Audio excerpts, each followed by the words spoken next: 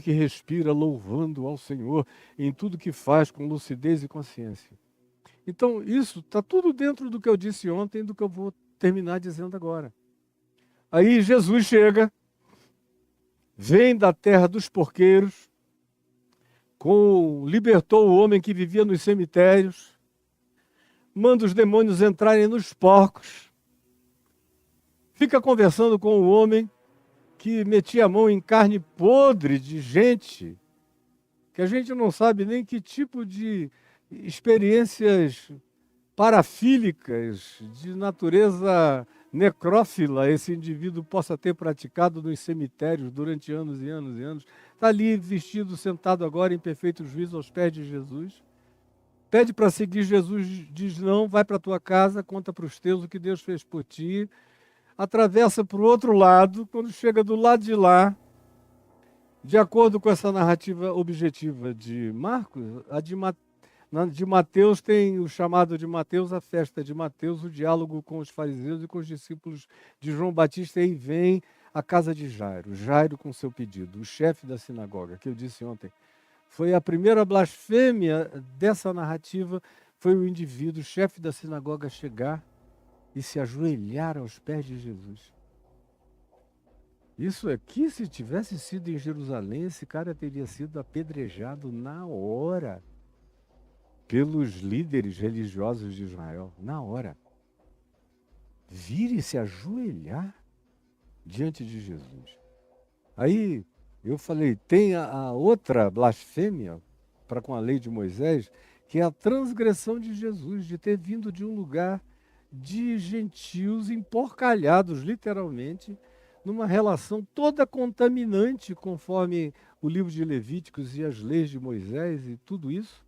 E ainda diz que vai para a casa do homem que tinha cometido a blasfêmia de adorá-lo, e diz, eu vou lá, todo assim, sujo das contaminações que os judeus consideravam nojentas, pelas quais ele precisaria passar por todas as ablações para poder tocar num outro ser humano sem contaminar o outro, porque ele já estava radioativamente contaminado do ponto de vista de Moisés e da legislação de Moisés.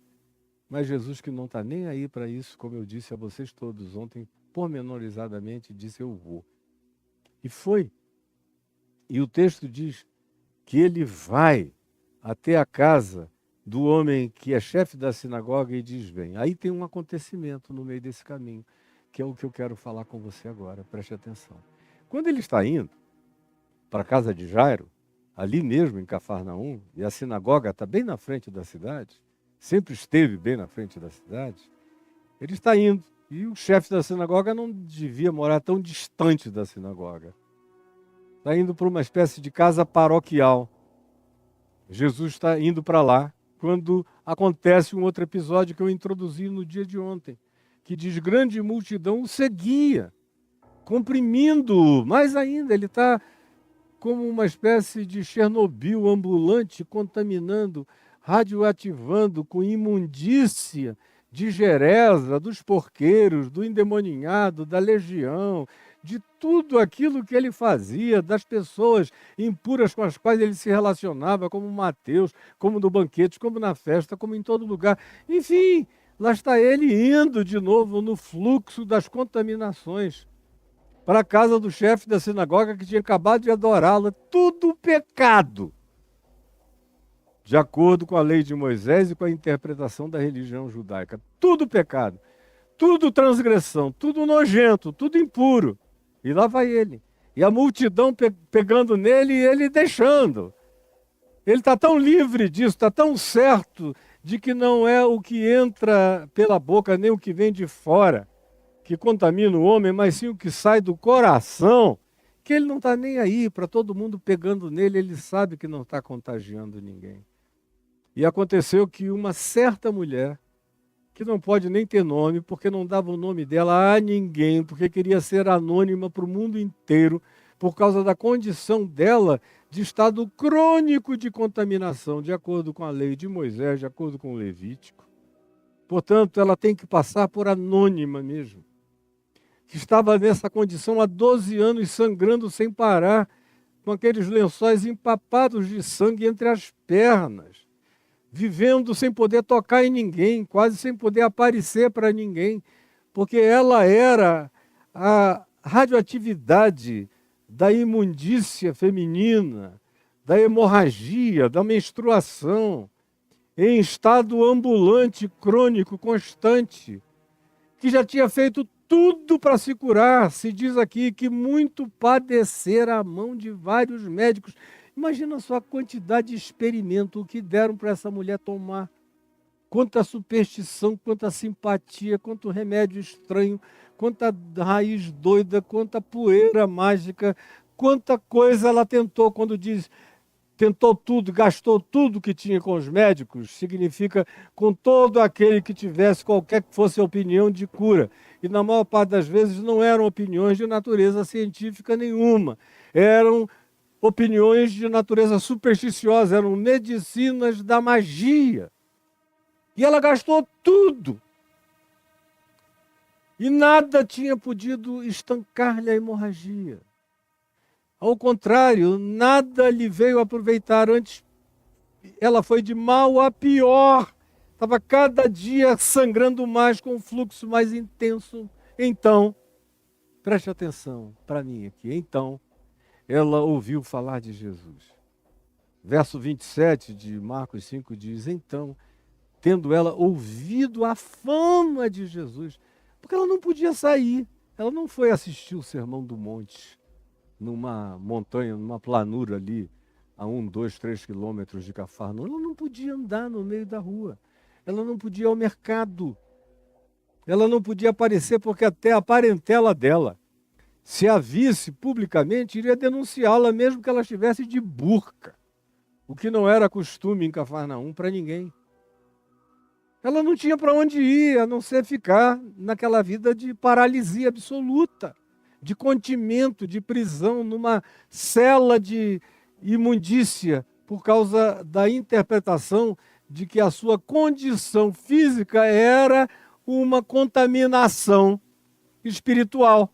Assim como a gente viu na AIDS, era uma condição física que foi interpretada como um contaminante espiritual. Para muita gente, nos anos 80, nem tocavam em pessoas com AIDS. E várias outras condições. A ignorância vai determinando os tabus, sempre. E aí, essa mulher não podia ir a lugar nenhum. Por isso se diz com muita propriedade, tendo ouvido a fama. Foi tudo que ela ouviu, foi a fama de Jesus. Ela ouviu por trás da porta, ela ouviu dentro do quarto dela, ela ouviu o pessoal falando do lado, nos corredores, das esquinas, os gritos, os alaridos, foi tudo que ela teve. Agora foi o leproso, agora foi o homem que desceu amarrado, arrombaram pelo telhado, e aí todas as narrativas. Ou quem falava dentro da casa dela, falava alto, eram casas pequenininhas, ínfimas. Então era impossível não ouvir a fama. O que os outros diziam, ela ouviu, mas ela mesma nunca esteve presente. Por isso, ela se veste de anonimato profundo, quando está todo mundo distraindo, indo ver a ressurreição da filha de Lázaro. Epa, agora ele vai ressuscitar a filha do chefe da sinagoga que acabou de adorá-lo, vamos lá, e vai a cidade inteira atrás. Ela espera esse fluxo e vai por último. E vem por detrás de todo mundo para ninguém notar que ela está chegando. E entre a multidão ela vai passando até tocar-lhe, como eu disse ontem, na ponta das vestes, na orla, na beirada das vestes dele, por trás dele. Porque ele não tinha coragem de vir pela frente dele, veio por trás e tocou-lhe as vestes. Porque dizia consigo mesmo, ela não tinha ouvido muita coisa, mas a fama era o bastante. De que ele ensinava amor, perdão, misericórdia, compaixão, acolhimento, que ele atendia todo mundo, que ele não fazia acepção de pessoas, que ele era diferente de tudo e de todos, que ele não tinha nenhuma fórmula pronta, que cada pessoa, com a sua demanda pessoal, demandava a sua forma pessoal, a forma pessoal de Jesus, de tratar aquele indivíduo conforme a sua necessidade. Nada estava pré-escrito. Tudo era conforme a demanda da carência da pessoa que o procurasse. E não havia nenhuma receita que virasse amuleto para qualquer desses tratamentos. Vem a mulher por trás e toca na orla das suas vestes. Na mesma hora, ela que fez isso, sentiu nela mesma lhe estancar a hemorragia. Ela sentiu a parada, aquele contrafluxo. Uma pessoa que vaza 12 anos sem parar, sabe quando para de vazar. Sentiu parar o estancamento da hemorragia no seu corpo. E se sentiu curada do seu flagelo na mesma hora. O texto, no verso 29, diz: e logo se lhe estancou a hemorragia e sentiu no corpo estar curada do seu flagelo. Ah! Isso é Jesus, com a pessoa. Nem olhando para a pessoa. Veja bem essa cena. Não tem o nome, não tem anamnese, não tem que ser de frente, não tem nenhum rito preparatório, não tem que ser internada numa sala de purificação 3 dias para depois vir e chegar, não tem nenhuma sessão vibratória que os discípulos façam antes da aproximação, não tem nada, não tem nenhum rito, não tem nenhum caminho sacrossanto, não tem nada, absolutamente nada, tudo é o que tudo é e tudo é espontâneo e Deus habita o espontâneo. Em Cristo Jesus, Deus habita o espontâneo. Jesus, diz o verso 30, reconhecendo imediatamente, com ela a palavra foi logo. Em Jesus, o logo nela aconteceu imediatamente, simultâneo, logo, imediatamente. Logo nela, imediatamente em Jesus. Então, Jesus reconhecendo imediatamente que dele saíra poder, saíra dunamis, saíra energia, saíra graça curadora, saíra milagre, saíra poder, virando-se no meio da multidão, olhando para todos os lados, faz uma pergunta insólita: quem me tocou? Quando a gente viu que todos o tocavam, todos o apertavam, todos. Na narrativa de Lucas e na 8, na narrativa de Mateus, tem a fala de Pedro, dizendo: como assim? Quem me tocou? Todos te tocam, como é que tu pergunta quem me tocou? E Jesus responde dizendo: não, eu não estou falando dessa multidão de curiosos fetichizando meu braço, minha roupa, minha perna, no meio dessa multidão de gente que não sai do átrio, que só vive na periferia de Deus. Eu não estou falando desses, não estou falando dos frequentadores dessa multidão de curiosos, que nunca serão outra coisa a não ser curiosos. Eu não estou falando desses toques do deixa eu ver o que acontece. Não, eu estou falando da certeza de uma pessoa que recebeu. Foi a única que me tocou. Centenas me apalpam, mas só uma me tocou, porque só uma me tocou com fé genuína, sincera e verdadeira, e de todo o coração.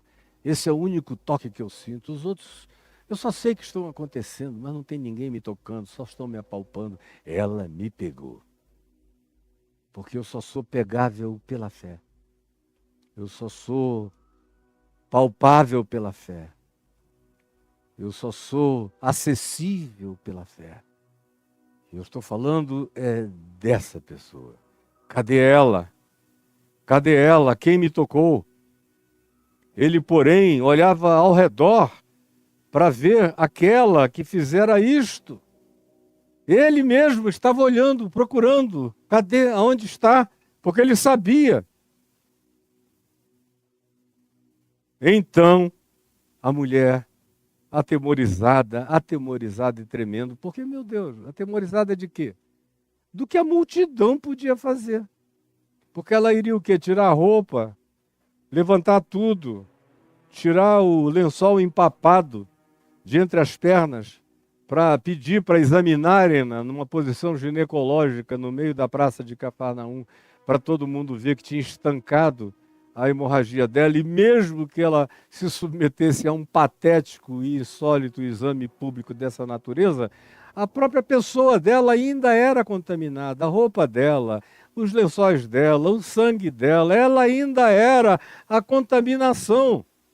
Era como um Chernobyl, não está mais vazando radioatividade, mas a contaminação está lá, do ponto de vista da interpretação religiosa da multidão. É por isso que ela também está tomada de medo, atemorizada e tremendo.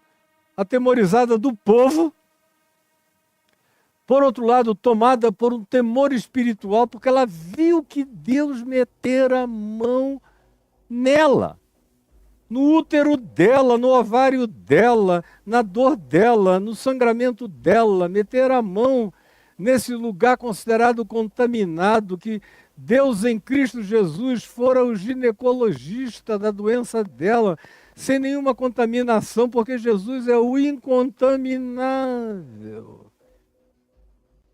E além de tudo, atemorizada não só por causa do povo, mas por causa do que nela se operara.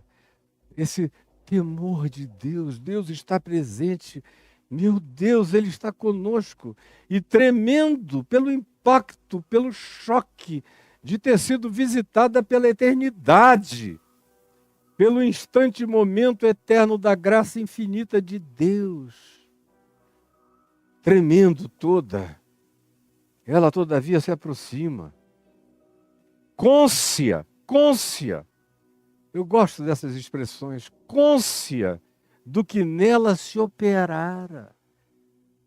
Lúcida a respeito do fato de que entre ela e Jesus tinha se estabelecido um liame, um vínculo, uma conexão, um enlace transquântico eterno. Côncia do que nela se operara. Veio, prostrou-se diante dele, ela dá uma levantadinha toda trêmula, com aquele povo espalhando, porque era ela. E ela se prostra diante de Jesus, é a segunda a se prostrar. Primeiro foi o chefe da sinagoga, que vem e se prostra diante do impuro, que está vindo da legião de demônios e dos porqueiros, que é Jesus. E agora essa mulher imunda, impura, que se prostra diante do imundo, santo, que está vindo da libertação do endemoniado de Gerasa. E passando e tocando e sendo tocado, sem se contaminar, porque ele é o incontaminável. Então ela vem e se prostra, se levanta e se joga de novo diante dele, declarou-lhe toda a verdade, contou a história inteira com a cara no chão.